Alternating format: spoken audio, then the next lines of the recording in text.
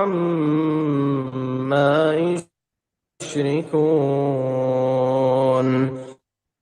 أيشركون ما لا يخلق شيئا وهم يخلقون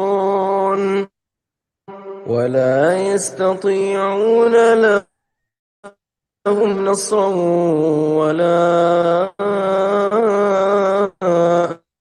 أنفسهم ينصرون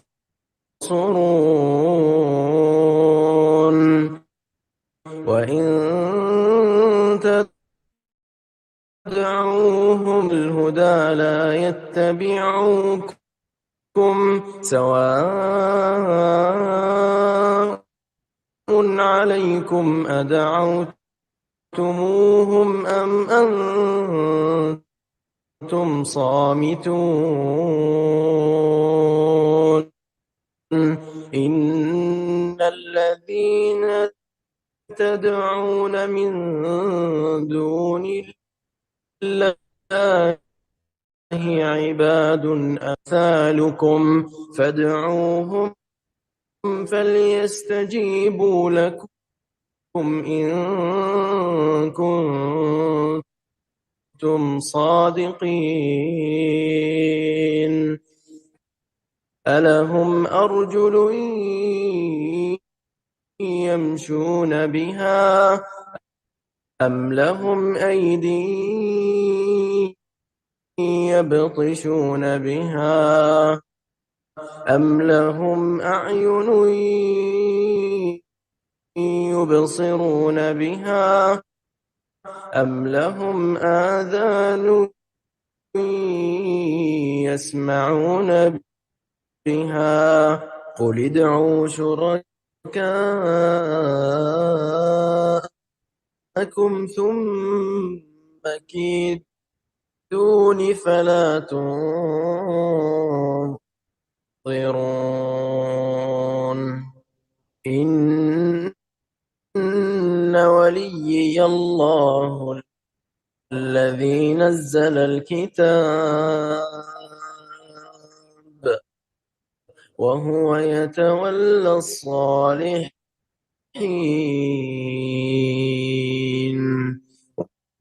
والذين تدعون من دونه لا يستطيعون نصركم ولا أنفسهم ينصرون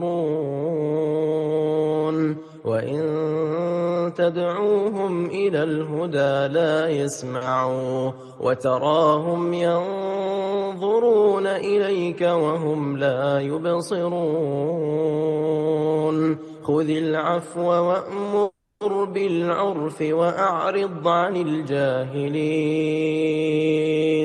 وإما ينزغنك من الشيطان نزغ فاستعذ بالله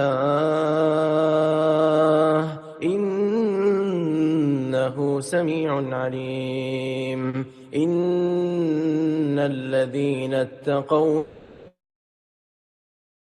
إذا مسهم طائف من الشيطان تذكروا فإذا هم مبصرون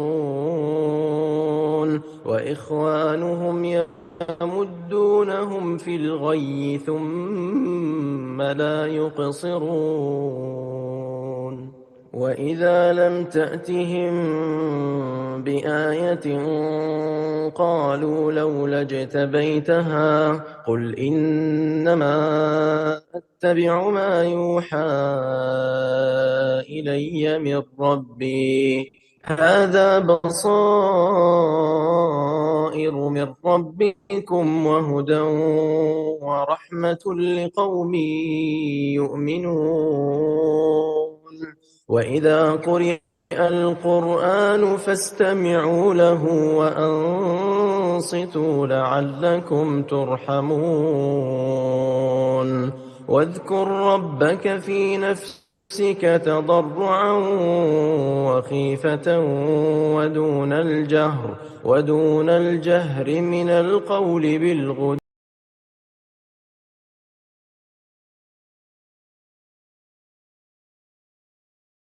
السلام على أشرف الأنبياء والمرسلين سيدنا ومولانا محمد وعلى آله وأصحابه المجاهدين الطاهرين أما بعد. Saudara hadirin kaum muslimin rahimakumullah. Sebagai yang kita maklum bahwa Islam bertujuan memelihara kemuliaan manusia yang diciptakan fi ahsani taqwim, dalam bentuk yang paling sempurna. Arak atau minuman keras jelas merupakan hal yang merusak dari berbagai aspek kehidupan.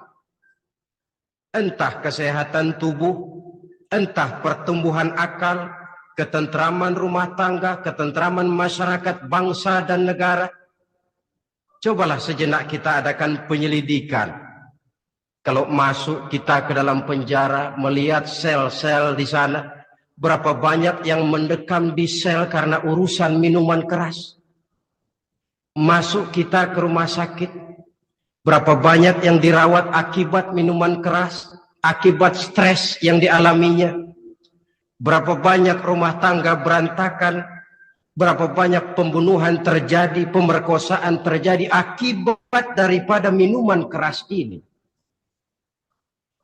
Yang paling ironi kalau dia sudah menyerang anak-anak muda kita. Padahal kita tahu remaja pemuda adalah bentuk miniatur daripada kehidupan suatu bangsa. Akan bagaimana warna Indonesia 20, 30, 40 tahun yang akan datang, remaja dan pemuda kita jawabannya. Bahkan dari segi agama pun akan bagaimana warna Islam di Indonesia 20, 30 tahun yang akan datang, remaja itu pula jawabannya. Karena itu tidak terlalu berlebihan kalau saya berkata bahwa untuk menghancurkan Islam di Indonesia ini tidak perlu menghancurkan pondok pesantren. Tidak perlu menutup masjid, melarang pengajian, menyegel musola. Tidak perlu. Untuk menghancurkan Islam di Indonesia cukup dengan meracuni remaja, pemuda, pemudi Islam di Indonesia. Kalau mereka sudah diracuni, dijauhkan dari agamanya, masalahnya tinggal menunggu pergantian generasi. Maka yang jadi pilot proyek jelas remaja, pemuda, termasuk dengan menanamkan pengaruh minuman keras. Ditanamkan ke tengah remaja kita ini untuk jauh dari tuntunan agama. Hei pemuda-pemuda Islam, kalau kau mau jadi pemuda modern, jangan dekat-dekat ke masjid. Masjid khusus 60 tahun ke atas. Sepertinya di depan masjid itu ada papan pengumuman masjid khusus 60 tahun ke atas. Baca Quran kolot. Seiring dengan itu lalu modernisasi diartikan dengan westernisasi. Kau tidak akan bisa jadi pemuda modern sebelum semua yang datang dari barat kau telan mentah-mentah. Kau harus bisa bergaul seperti orang barat, berumah tangga macam orang barat, makan minum orang barat. Kalau nyanyi lagu barat yang orang lain nggak ngerti, kamu juga nggak tahu.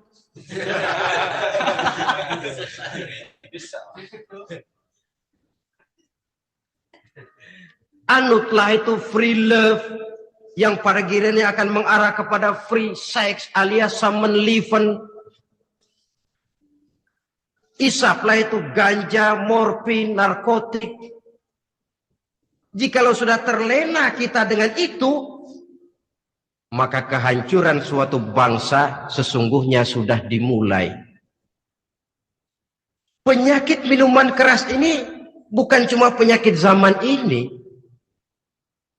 Masyarakat yang dihadapi oleh Rasulullah Sallallahu Alaihi Wasallam 14 abad yang lalu juga masyarakat dengan minuman keras. Arab jahiliyah kalau sudah minum arak mabuk, tidak cuma minum, dia mandi pakai arak.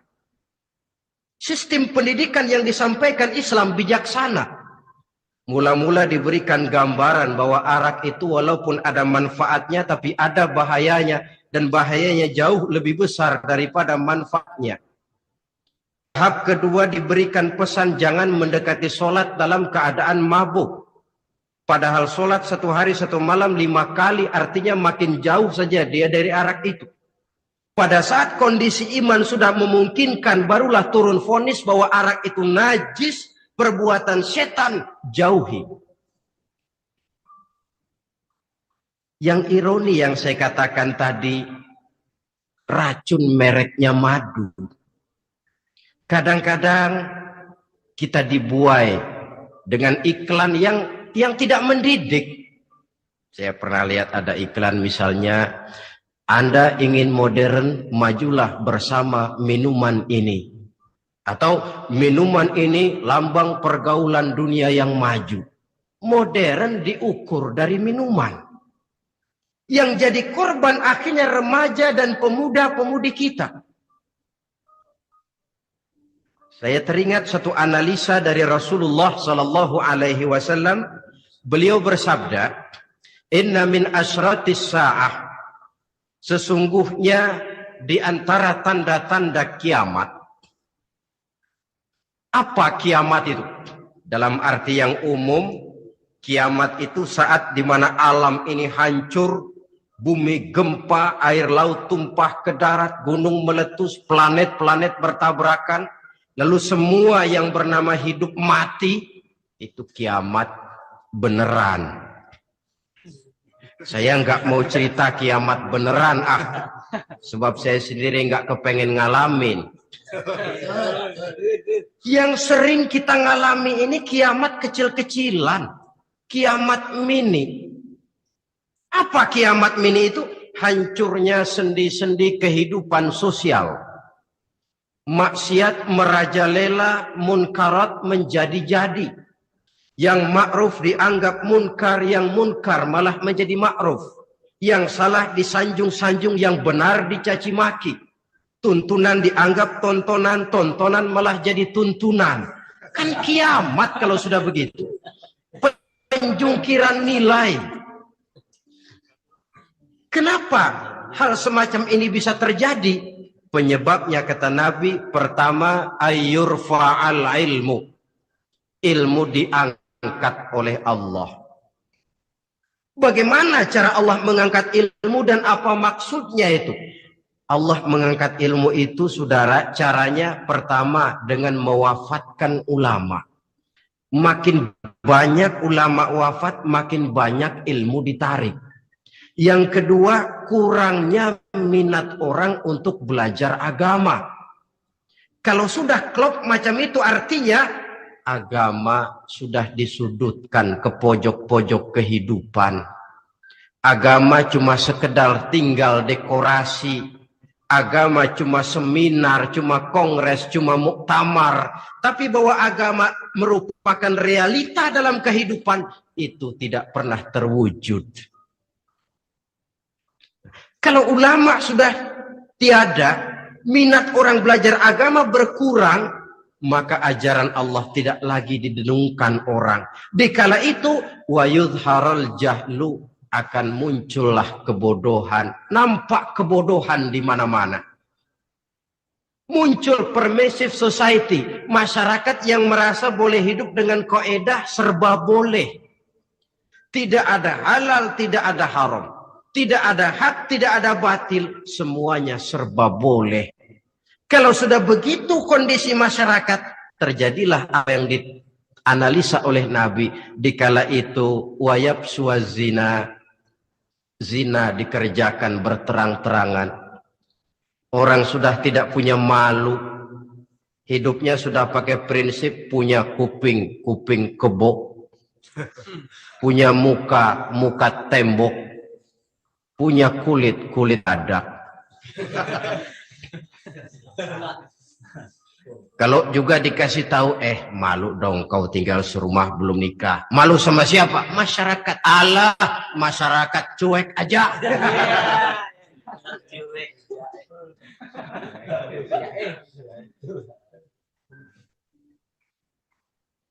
Bukankah realita kalau kita ikuti surat-surat kabar berapa banyak sudah gadis-gadis bergelimpangan jadi korban? Berapa banyak bayi-bayi yang lahir ke alam ini tanpa harus tahu kemana dia mesti manggil bapak? Yang akhirnya mengalami keterakisan, dimasukkan ke dalam kantong plastik, dibuang ke tempat sampah. Kalau itu sudah terwujud, muncul efek negatif yang kedua. Wa yushrabal khamr, arak, minuman keras jadi kebanggaan. Anak muda belum nyohor kalau belum bisa mabuk. Yang nggak mabuk dianggap kolot. Kampungan loh. Bikin malu baru kena segelas saja udah miring. Cengeng. Temen kita no hebat sampai nyungsep di got. Yang nyungsep hebat. Ya kalau cuma yang hancur kehidupan pribadi. Tapi kalau sudah menyangkut masa depan, yang berarti masa depan suatu generasi adalah merupakan masa depan daripada suatu bangsa. Begitu kerasnya Islam ini melarang minuman keras. Sampai bukan cuma sekedar meminumnya saja yang diharamkan, tetapi juga dilarang mengimportnya, memproduksinya, membuka warung yang menjual minuman keras, atau bekerja di tempat penjualan minuman keras. Ada juga yang nyerempet, Pak, apa? Nggak mabuk ini. Nah, saya ingatkan hadis Nabi diriwayatkan oleh Imam Ahmad, Abu Daud, dan Turmuzi. Nabi bersabda, ma askara katsiruhu faqaliluhu haramun. Apa yang banyaknya menyebabkan mabuk, sedikitnya pun tetap haram hukumnya. Memang barangkali mungkin ada manfaatnya, tetapi bahayanya jelas lebih besar ketimbang manfaat yang bisa timbul daripada jenis minuman keras itu sendiri. Dalam hadis lain Nabi pesankan, man kana yu'minu billahi wal yaumil akhir fala yaq'udu ala ma'idatin taduru 'alaiha al-khamru. Siapa yang beriman kepada Allah dan beriman kepada hari akhirat, jangan dia duduk di dalam satu pertemuan yang di dalam pertemuan itu diedarkan minuman keras. Masuk ke dalam lingkungan macam itu saja tidak diperkenankan. Kenapa? Asyariku fi syarri syarrun. Bersekutu dengan kejahatan, jahat juga hukumnya. Semalam kamu mabuk ya? Enggak, temen. Saya cuma ngebeliin aja kok. Apalagi ngebeliin.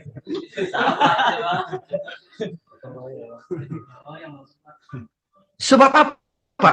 Dalam keadaan mabuk, orang tidak lagi bisa berpikir secara logik. Daya kontrol hilang, artinya perbuatan sudah tidak terkontrol lagi. Yang pertama. Yang kedua, IQ tidak akan tumbuh dan berkembang secara normal seperti yang kita harapkan. Yang ketiga, harga diri akan runtuh, hancur di tengah masyarakat. Bayangkan kalau tengah malam kita digotong orang, diantar ke rumah kita. Dengan kondisi macam itu masih punya muka kita untuk tegak di tengah masyarakat. Masih punya harapan kita untuk tumbuh menjadi pemimpin, sementara orang terkenang, ini kan yang kemarin malam gua gotong, dia lagi mabuk. Harga diri, kepribadian. Jangan lupa saudara, kita hidup di tengah masyarakat. Masyarakat itu punya hukum yang tidak tertulis, tapi lebih kuat dan lebih kejam daripada hukum tertulis. Orang bilang, sekali arang tercoreng di dahi, seumur hidup orang akan tetap ingat. Makanya Rasulullah dalam hadis memberikan tamsil untuk adik-adik remaja muslim ini, masalul mu'min kamasalin nahli. Perumpamaan orang yang beriman itu persis seperti tawon. Mentalitas orang mukmin persis tawon. Apa mentalitas tawon? Kalau kita ngaji bab tawon, kita renungi apa keistimewaan tawon. Saya lihat-lihat, ternyata tawon itu punya 4 keistimewaan. Pertama, tawon itu yang dihisap selalu saripati bunga. Bagus makanannya. Belum pernah tawon keliru makan. Saya belum pernah dengar kok ada tawon makan tahu.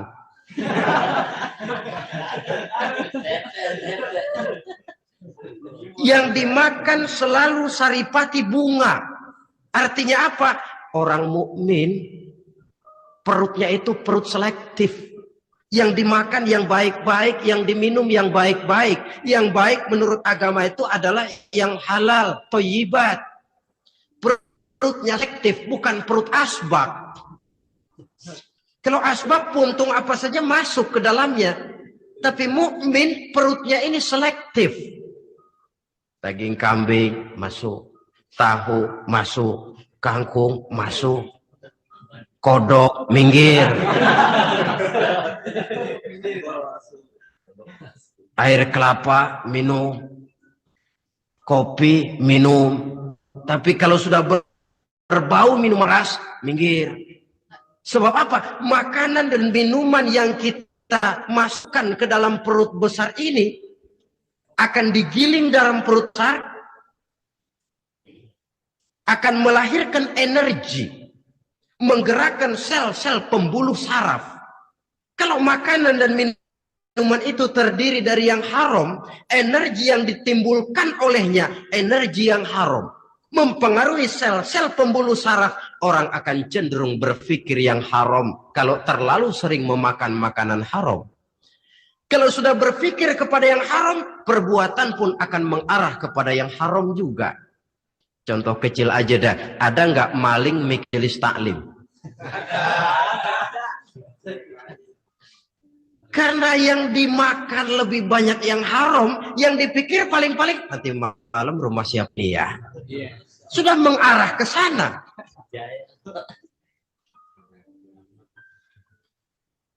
Saripati bunga yang dimakan tawon itu. Lalu tawon yang kedua saya lihat yang dikeluarkan selalu madu. Apa orang mukmin itu kalau dia berkata perkataannya mengenakan orang. Kalau dia berbuat perbuatannya membawa manfaat. Kalau kaki langkah tempat yang ada gunanya, yang dikeluarkan madu bukan racun. Indah tawon itu. Yang ketiga tawon saya lihat kemanapun dia hinggap tidak ada dahan patah. Artinya apa? Orang mukmin dimanapun dia tinggal, kemanapun dia pergi, pantang jadi biang kerok buat lingkungannya. Pantang menimbulkan kerusuhan dan keonaran. Tidak ada cabang patah dimanapun tawon hinggap. Tapi juga yang keempat saya lihat-lihat tawon itu jangan coba-coba diusik. Satu kali dia diusik kemana orang lari, nyilem masih ditungguin. Tawon. Tapi kalau nggak diusik, nggak ada tawon usil ke pasar nyariin orang. Ketika dia diusik, inilah saatnya saya harus mempertahankan kehormatan diri saya. Dia pun bangkit. Artinya apa? Orang mukmin tidak boleh nyari-nyari musuh. Tapi ketemu musuh tidak boleh lari. Musuh jangan dicari, bertemu pun jangan lari. Mentalitas mukmin seperti tawon yang dimakan baik, yang dikeluarkan baik, kemana dia tinggal tidak menimbulkan keonaran buat masyarakat, tapi juga sanggup menjaga dan mempertahankan kehormatan dirinya. Kalau konteksnya dengan masalah yang sedang kita bicarakan, minuman keras. Saya katakan tadi kita kadang-kadang salah pilih, tertipu oleh racun yang bermerek madu. Ada minuman empuk, nyari yang keras. Salah pilih. Ketahuan kinpel buat anjing. manusia yang nelen. Akhirnya miring kayak anjing. Saudara, mari kita renungi An-Nisa ayat 140. Allah Subhanahu wa ta'ala ingatkan, qad nazzala alaikum fil kitabi an idza sami'tum ayati llahi yukfaru biha wa yustahza'u biha fala taq'udu ma'ahum hatta yakhudu fi haditsin ghairi innakum idzam misluhum. Sungguh kata Allah, telah diturunkan kitab Al-Quran ini kepada kamu, yang apabila kamu dengar ayat-ayat Allah itu diingkari orang, diejek-ejek orang, fala taqudu ma'ahum, jangan kamu duduk bersama orang-orang semacam itu. Bagaimana mengejek ayat-ayat Allah? Misalnya, tahu kalau minuman keras itu diharamkan, tapi masih minum juga, itu kan mengejek ayat namanya. Duduk di majelis semacam itu dilarang oleh Quran. Kenapa? Innakum idzam misluhum. Kalau kamu juga duduk di majelis semacam itu, kau dan mereka sama saja, kata Quran. Sama saja. Tahu kalau minuman yang memabukkan itu diharamkan agama, tapi minumnya juga mengejek ayat Allah. Duduk di tengah kelompok mereka berarti ikut mengejek ayat Allah. Dekat saja pun jangan, entahlah lagi sampai meminumnya. Maaf, bukankah Allah menurunkan Al-Quran kepada manusia, kata Imam Al-Ghazali, persis, maaflah, seperti gubernur berkirim surat kepada Pak Lurah. Dalam suratnya Pak Gubernur bilang, Pak Lurah, tolong carikan tanah di daerah Kebayoran untuk sekolah 6.000 meter. Pak Lurah dapat surat dari Pak Gubernur, bangga bukan main. Itu surat sore, pagi, siang, malam dibaca. Ditaruh di tempat yang tinggi. Diberikan minyak wangi, mau diambil, dicium dulu. Dibawa dengan penuh hormat dan hati-hati, tapi tak dicari-cariin. Penghargaan macam apa ini? Nanti gubernur cek, Pak Lurah, siapa? Sudah terima surat saya? Sudah Pak, sudah. Bagus. Lalu bagaimana? Aduh Pak, surat Bapak sore, pagi, siang, malam saya baca. Bagus. Apalagi Lurah? Surat Bapak saya taruh di tempat yang tinggi Pak. Saya pakaiin minyak wangi, mau saya ambil, saya cium, saya bawa dengan penuh hormat dan hati-hati. Bagus Lurah, hormat sama atasan. Cuman Lurah, tanahnya udah dicariin belum? Nah yang itu belum tuh Pak. Belum. Kata gubernur, bagus Lurah, besok berhenti lo ya.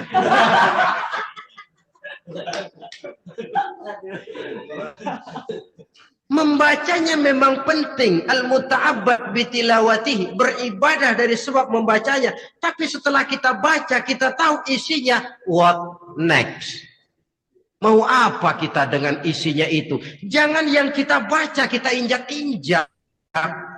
Itulah ironinya, bagaimana Quran itu mau membawa keberkahan dalam hidup ini. Kalau yang kita baca sering kita injak-injak.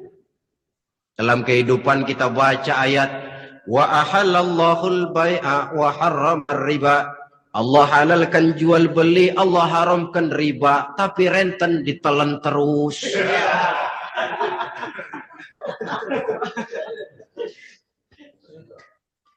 Kita baca ayat wa'tasimu bihablillahi jami'an wa la tafarraqu. Berpegang teguhlah kamu kepada tali Allah, jangan bercerai-berai. Tapi sesama muslim pelotot-pelototan jalan terus. Janganlah yang sesama muslim kadang-kadang yang mengklaim dirinya sebagai pemimpin Islam kelihatannya juga sikut-sikutan jalan terus.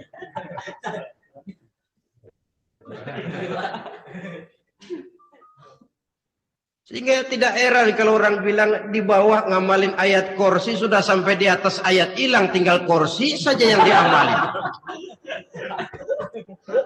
ironi dan menyedihkan. Perjalanan panjang memang saatnya kita menunggal dengan Al-Quran ini. Tetapi prosesnya memang harus kita mulai dari sekarang. Perkara kapan proses ini selesai, itu bukan masalah kita. Tapi bahwa kita sudah memulai suatu proses, itulah yang diharapkan. Hadirin yang saya hormati, oleh karena kerasnya peringatan Islam terhadap minuman keras, pernah satu hari seorang lapor kepada Khalifah Umar bin Abdul Aziz bahwa ada sekelompok orang berkumpul meminum minuman keras. Kata Khalifah Umar bin Abdul Aziz, dera mereka, hukum, cepat. Ya Khalifah, kenapa? Di tengah mereka ada juga orang yang Ramadan biasa puasa. Begitu, iya, yang biasa puasa duluan hukum. Kenapa? Mengerti memang lebih besar resikonya daripada tidak mengerti. Kalau yang tidak mengerti dilatar belakangi oleh kebodohan, barangkali masih bisa ditolerir, masih dimaklumi. Ini toh sudah tahu mau puasa, kenapa berkumpul di majelis yang ada minuman keras? Tapi memang kelompok ini kan memang selalu ada. Kita lihat dalam masyarakat itu kan ada 4 kelas itu. Pertama, ada orang yang tahu perintah dan tahu larangan. Ini the first class, kelompok terbaik.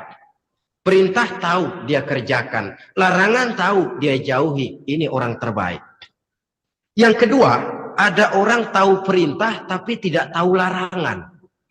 Perintah tahu, larangan tidak tahu. Sholat mau, puasa mau, zakat fitrah bayar, nyolong mau, mabuk ayo. Perintah tahu tapi larangan tidak tahu, akhirnya semua dikerjain. Barangkali yang rada bingung malaikat bagaimana nyatatnya ini, kotor absen. Gelas yang ada di hadapan saya ini, kalau semua diisi air putih macam ini, kan jelas bisa diminum orang. Kalau semua diisi bensin, jelas bisa diminum motor. Tapi kalau separuh diisi air putih, separuh diisi bensin, kacau. Kalau gelas yang ada di hadapan saya ini sepenuhnya di air putih, jelas bisa diminum orang. Kalau sepenuhnya diisi bensin, juga jelas bisa diminum motor. Yang repot kalau separuh diisi air putih, separuh diisi bensin. Kacau statusnya.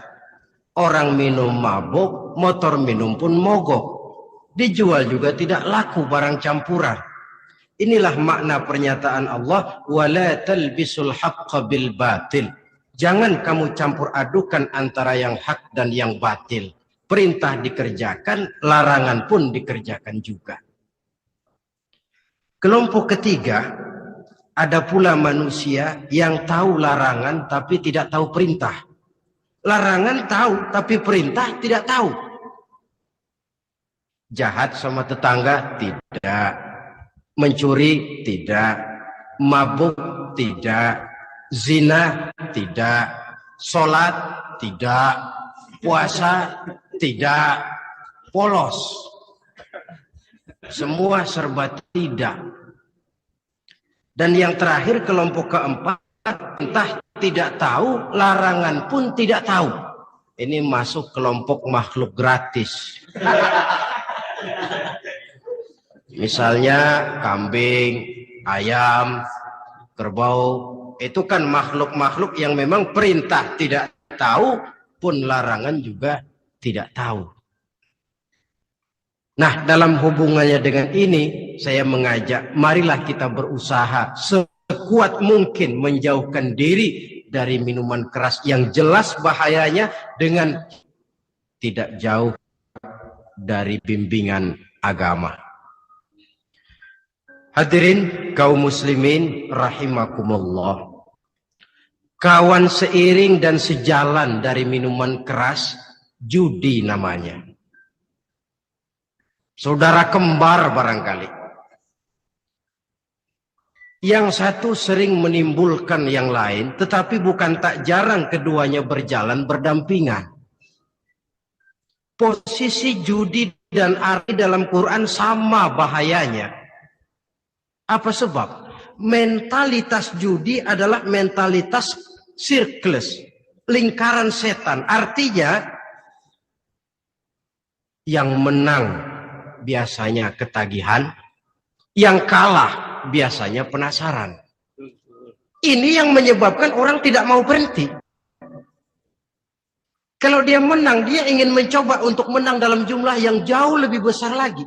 Kalau dia kalah, dia penasaran, kenapa hari ini kalah? Ah, barangkali sial, besok malam saya tebus. Mental semacam ini memang sulit untuk berhenti.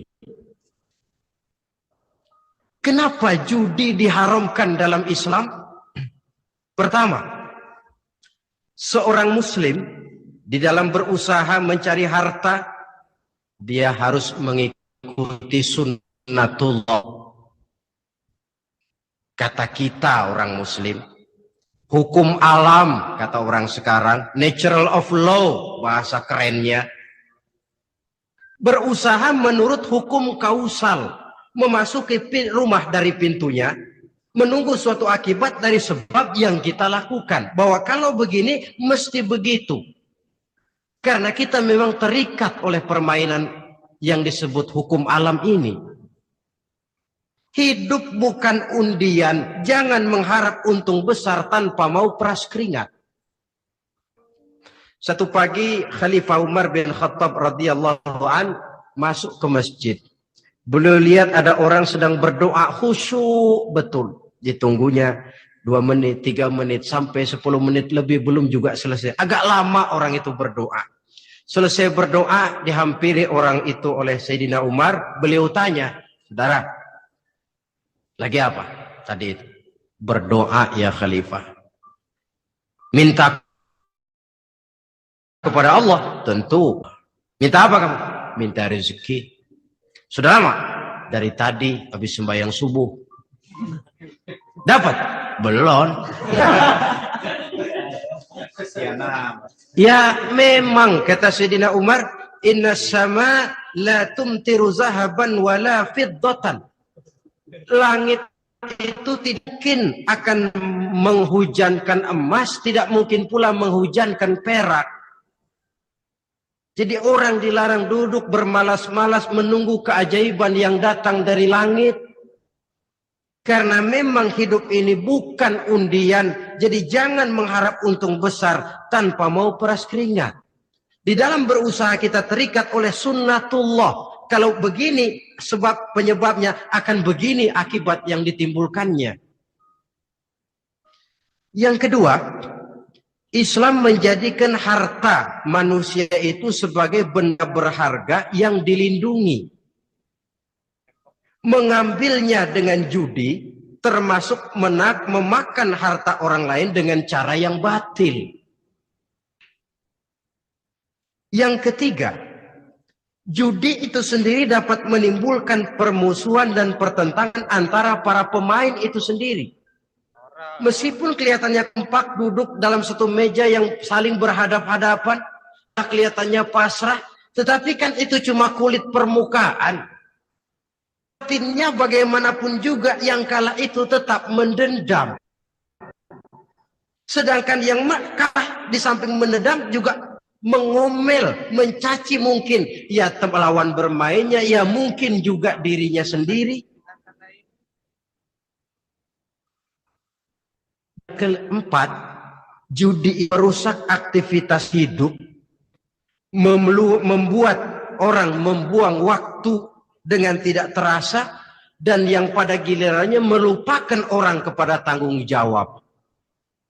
Wah, kalau sudah memegang kartu, konon kabarnya, saya sendiri alhamdulillah belum pernah, lupalah orang anak, lupalah orang kepada istri, lupalah orang kepada tanggung jawab. Waktu pun berlalu tanpa terasa. Apalagi kalau sudah diiming-iming oleh gambaran akan memperoleh keuntungan yang besar.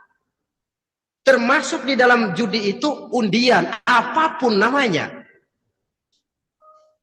Yang usaha ke arah ini seharusnya tidak dipermudah, walaupun dengan embel-embel dana kemanusiaan, sumbangan sosial. Saya tidak begitu yakin, saudara, bahwa bangsa Indonesia ini sudah begitu menipis rasa kemanusiaannya, sehingga untuk berlaku sosial mesti diimbangi dengan hadiah sekian juta rupiah. Saya tidak percaya bahwa umat Islam di Indonesia sudah begitu rasa kasih sayangnya kepada sesama, sehingga sulit mengeluarkan bantuan kalau tidak diimbangi dengan hadiah yang sekian puluh juta rupiah. Yang saya khawatir apa? Pada gilirannya di negeri ini akan makin banyak penghayal-penghayal, tukang-tukang lamun kelas tinggi, yang hidup cuma ngumpulin jikalau. Jikalau, andai umpama misalnya orang sudah kemana-mana, kita masih menghitung jikalau.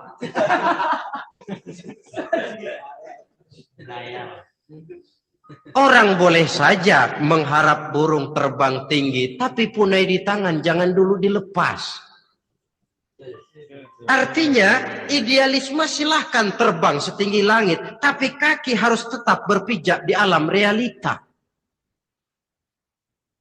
Bahwa memang lebih baik makan singkong dalam kenyataan daripada makan roti tapi ngimpi.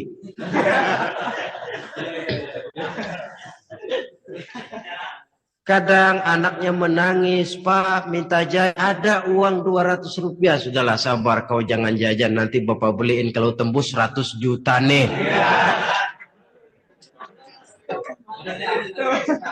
Akhirnya yang 100 juta tidak, anak pun kelaparan. Bukan akan jadi masalah bagi semuanya. Belum lagi rasa sayang kepada harta yang sudah miliki. Entah itu tanah, rumah, kendaraan. Kalau sudah kadangkala di meja judi, hilang rasa sayang kepada benda itu. Ada rumah-rumahnya dilelang, ada kendaraan-kendaraan jadi taruhan. Ada jam tangan pun copot tanpa terasa. Maka berapa banyak rumah tangga berantakan, istri minta cerai, orang jadi nekat merampok, orang jadi nekat mencuri, korupsi kalau dia pejabat. Akibat apa ini? Pengaruh yang namanya judi. Saudara kaum muslimin ma'asyin rahimakumullah. Itu sebabnya di dalam surah Al-Maidah ayat 90 Allah menekankan, innamal khamru wal maisir wal ansabu wal azlam rijsun min amali syaitan fajtanibuhu la'allakum tuflihun. Sesungguhnya arak, judi, berhala, mengundi nasib itu rijsun. Ya Allah, jarang benar Quran menggunakan kalimat rijsun. Rijsun ini sudah merupakan puncak kekotoran. Bapak moyangnya najis, itu rijsun. Rijsun, kotor. Sudah kotor ditambah pula min amali syaitan, pekerjaan setan. Fajtanibuhu, jauhi. Jangan sampai main, dekat saja tidak boleh, jauhi. La'allakum tuflihun, jikalau kamu mau menjadi orang-orang yang beruntung. Sejarah tidak pernah mencatat ada orang jadi miliuner karena judi. Sejak David Rockefeller sampai Aristotle Onassis, orang-orang kaya top di dunia, mereka kaya bukan karena judi, tapi karena kemauan peras keringat, banting tulang, mau memulai sesuatu dari kenyataan yang real di depan mata. Sebab apa? Hidup ini memang perjuangan. Janganlah kita ingin hidup dengan satu prestasi, ingin tetap hidup seperti apa adanya sekarang ini saja, toh kita harus berjuang. Apalagi ingin hidup lebih baik, lebih terhormat, lebih mudah. Hidup perjuangan. Perjuangan berarti pengorbanan. Berani hidup artinya berani berjuang. Berani berjuang maksudnya rela berkorban. Takut berkorban, jangan berjuang. Tidak mau berjuang, berhenti hidup. Itu logika. Dan bagaimanapun saya yakin lebih baik berkorban daripada menjadi korban. Kalau sekarang kita berkorban, peras keringat, banting tulang, berusaha secara sunnatullah untuk menghidupi anak, istri, keluarga, pada satu saat kita tidak akan menjadi korban kebrutalan anak-anak kita sendiri. Kalau mereka dibesarkan dan tumbuh berkembang oleh hasil yang diperoleh dari meja judi. Ayat 91 Al-Maidah ini lebih memperkuat lagi. Kalau itu arak,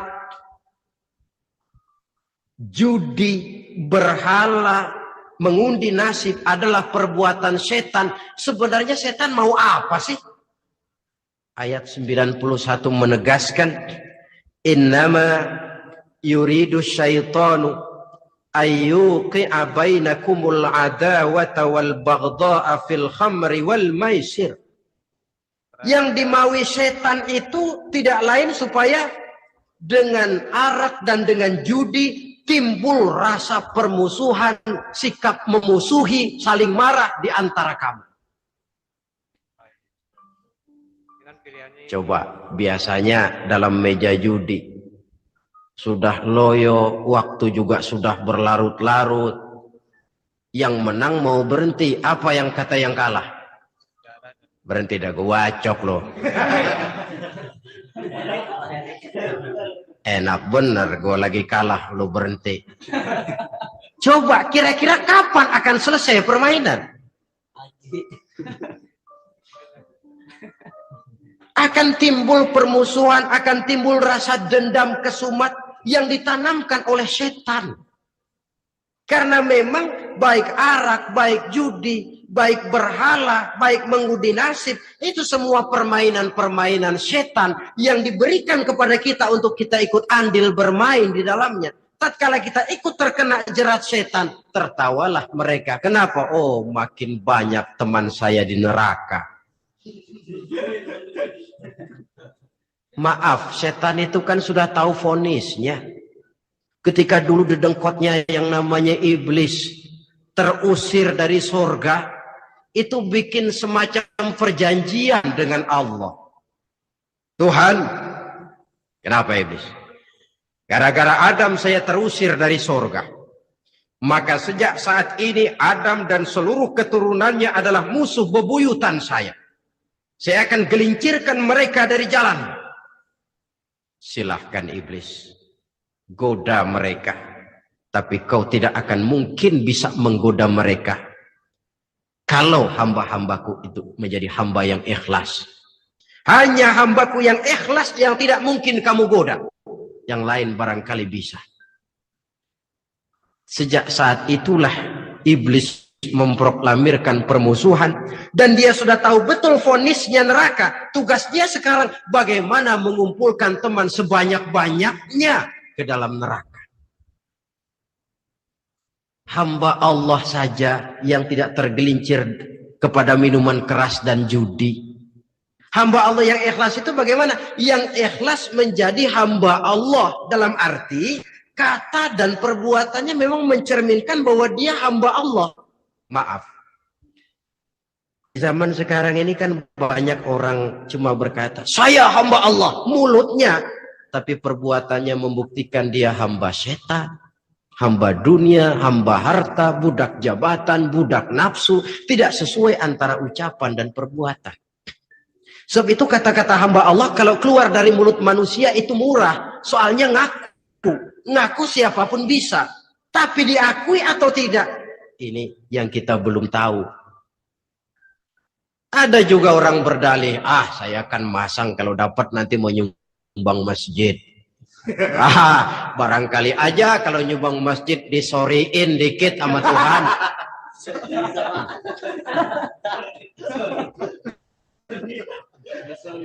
Apa bisa begitu? Saudara, kita tidak mungkin mencuci kain dengan air najis. Innallaha thayyibun, kata Nabi, la yaqbalu illa thayyiba.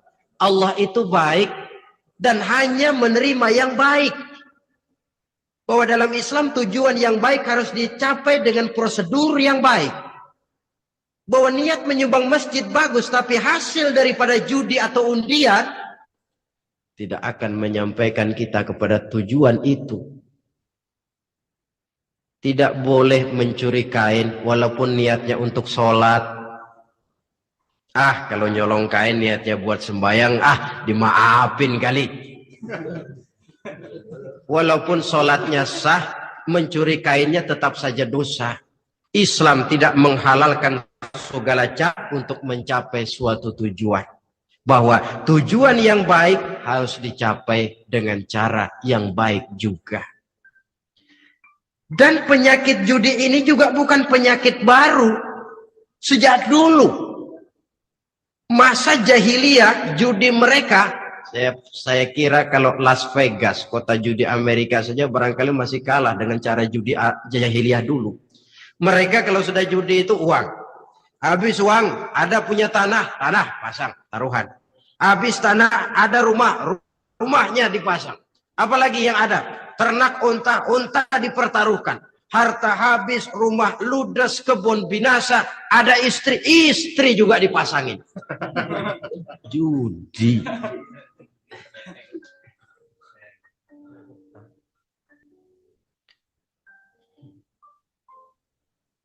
Kita sebagai muslim oleh Al-Quran dijelaskan orang yang mempunyai dua tujuan hidup. Pertama, tujuan jangka pendek. Yang kedua, tujuan panjang. Tujuan jangka pendek dunia seluruh isinya. Tujuan jangka panjang adalah akhirat dan ridho Allah. Ini yang terpantul dalam doa setiap kita. Rabbana atina fid dunya hasanah wa fil akhirati hasanah. Tercapai tujuan jangka pendek fid dunya hasanah dan tujuan jangka panjang wa fil akhirati hasanah. Untuk mencapai tujuan jangka pendek, merangkul dunia dan seluruh isinya, apa yang jadi modal utama? Pertama, pendidikan. Makin tinggi jenjang karier pendidikan yang kita tempuh, rasa-rasanya makin mudah menjangkau dunia dan isinya. Yang kedua, pengalaman. Tenaga expert masih tetap diperlukan. Makin banyak pengalaman, makin mudah menjangkau dunia. Yang ketiga, dan ini ada tapi tidak bisa dijadikan pegangan, faktor nasib. Faktor kebetulan. Ada, tapi tidak bisa dijadikan pegangan. Pendidikan, pengalaman. Ingin menjangkau fid dunia hasanah. Ini modal utama. Lalu untuk mencapai fil akhirati hasanah, prestasi ibadah. Bagaimanapun tinggi pangkat dan jabatan kita, bagaimanapun banyak gelar kita sandang, tanpa prestasi ibadah, nol besar kita dalam pandangan Allah. Itu sebabnya kita sholat. Jadi tidak beralasan kalau tanya, kenapa sih kamu nggak sholat? Tetangga saya sholat melarat terus. Memang sholat itu bukan untuk mencari uang kok. Kalau ada orang yang rajin sholat, rezekinya kelihatan lancar, itu cuma sekedar persekot. Uang muka, cashnya tetap di akhirat nanti. Efeknya apa? Karena kita punya tujuan jangka panjang, mengharap ridho Allah di akhirat, kita mencapai tujuan jangka pendek, dibatasi oleh pertanyaan, Allah ridho apa enggak? Kita cari uang, tapi pertanyaan pokok, Allah ridho enggak cara ini? Kita mengejar kedudukan, tapi Allah ridho enggak dengan cara ini? Ini yang menyebabkan kita lantas tidak lalu menghalalkan segala cara. Yang penting tujuan tercapai cara apapun halal. PKI. Kan Kan cuma PKI yang berprinsip asal tujuan tercapai cara apapun halal. Dan kita tidak berhak hidup di bumi Pancasila ini. Cuma jangan sekedar PKI-nya dikutuk, tapi ajarannya dipakai.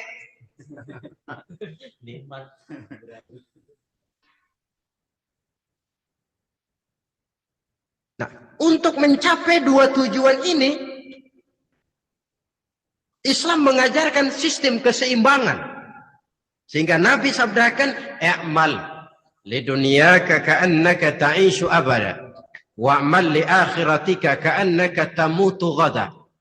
Bekerjalah buat duniamu seolah-olah kau akan hidup untuk selamanya, tetapi bekerjalah untuk akhiratmu seolah-olah kau akan mati besok. Jadi kalau kita sudah sholat menghadap Allah, usolli fardhu maghrib, Allahu Akbar, ingat seolah-olah kita akan mati besok, supaya timbul khusyuknya. Kuliah, bekerja, belajar di tempat tugas, ingat seolah-olah kita akan hidup selamanya, supaya timbul gairah kerja. Jangan dibalik. Di kantor ingat mati, lemes. Ngapain kerja sungguh-sungguh, bakalan mati. Lagi sholat ingat Duta Merlin, Altiron Plaza, ya kacau. Salah pasang, tidak pada tempatnya.